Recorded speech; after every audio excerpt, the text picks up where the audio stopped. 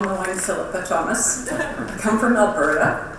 I was considered an agriculture worker in an equestrian facility, an elite equestrian facility. These horses traveled all over North America and some into Europe, into Argentina and Chile, and places like that for competitions.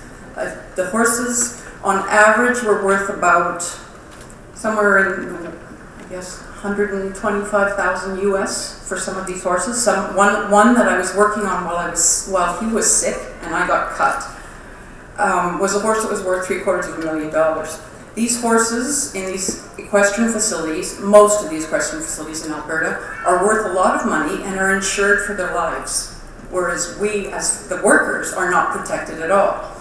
We have laws in Alberta, very strict laws, on how we treat farm animals, which would be pigs, cows, horses, whatever. But these horses are not considered farm animals. They are someone's livelihood. Being in that environment for many, many years, I never knew that we weren't protected. I had no idea. No one would tell me anything. It's almost like it was Alberta's dirty little secret. And it's still a dirty little secret until the laws get changed. My husband and I, Bruce, we did sue because there was nothing for me.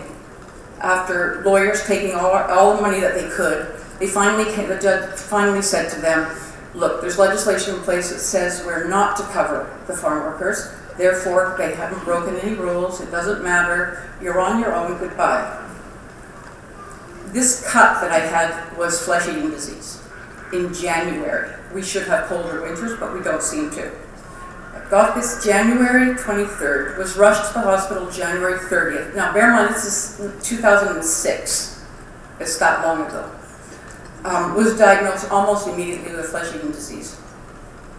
There was a lot of pain associated with this and didn't know why there was this much pain. There is pain associated with flesh-eating, but not like this, they claim. Discovered that I had a relatively obscure, rare-ish nerve disorder known as complex regional pain syndrome, aka the suicide disease.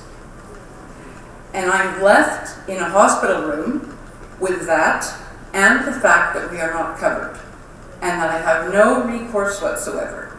I didn't get EI, yet I paid into EI. I also paid into everything else that we are supposed to pay into.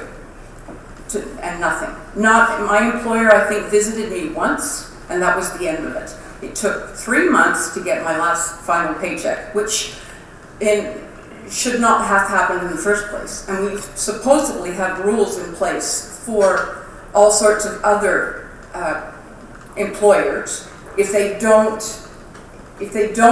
pay you within that period of time, you have recourse. But because you're a farm worker, there is no recourse. But there's a whole group of agriculture workers that has been forgotten. I have fielded, up till last week, 400 and I think it's like 82 calls from farm workers all over Alberta for various reasons. We've been hurt. What do we do? Our employer is charging us for WCB. Well, that's not allowed.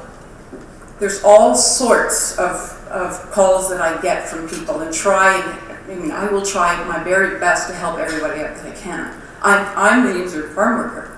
I know what it's like to be left in a lurch with, no you don't even know if you're going to live or die. And I did die 3 times, but they're not going to kill me yet until this legislation gets changed, and I'll think about it.